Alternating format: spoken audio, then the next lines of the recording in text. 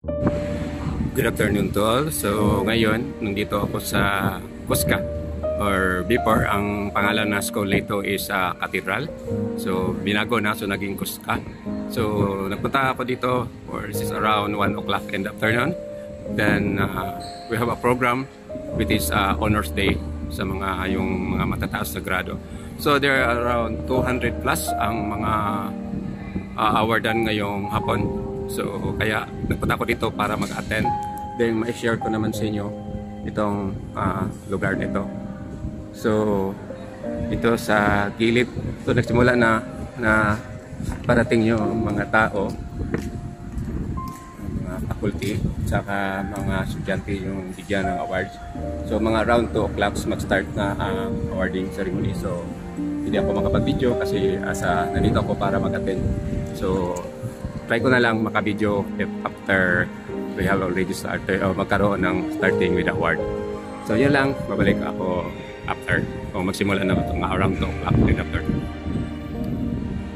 So medyo malikot kasi malakas yung hangin. So ito na ang program na bigay nila for the Honors Day for today sa Pichaman Road. March 7, 2024. So dito sa loob ng papel na ito, dito ang program. So hindi pa nakalagay yung mga awardee kasi ang dami nila, sa around 200.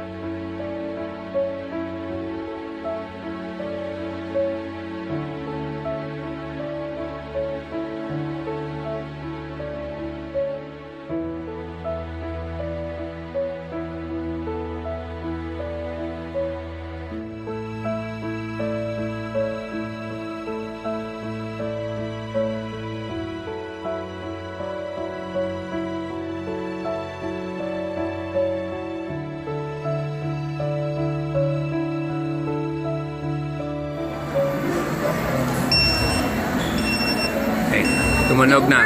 High-tech yung Jollibee namin. Yan, nababibrate na.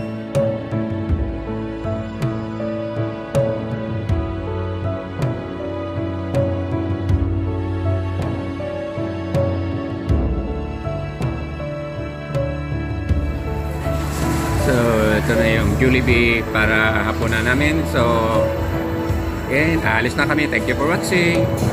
Mana, kan sana. Para sa workshop. Okay. Dili na ba? Bye-bye. Alis na.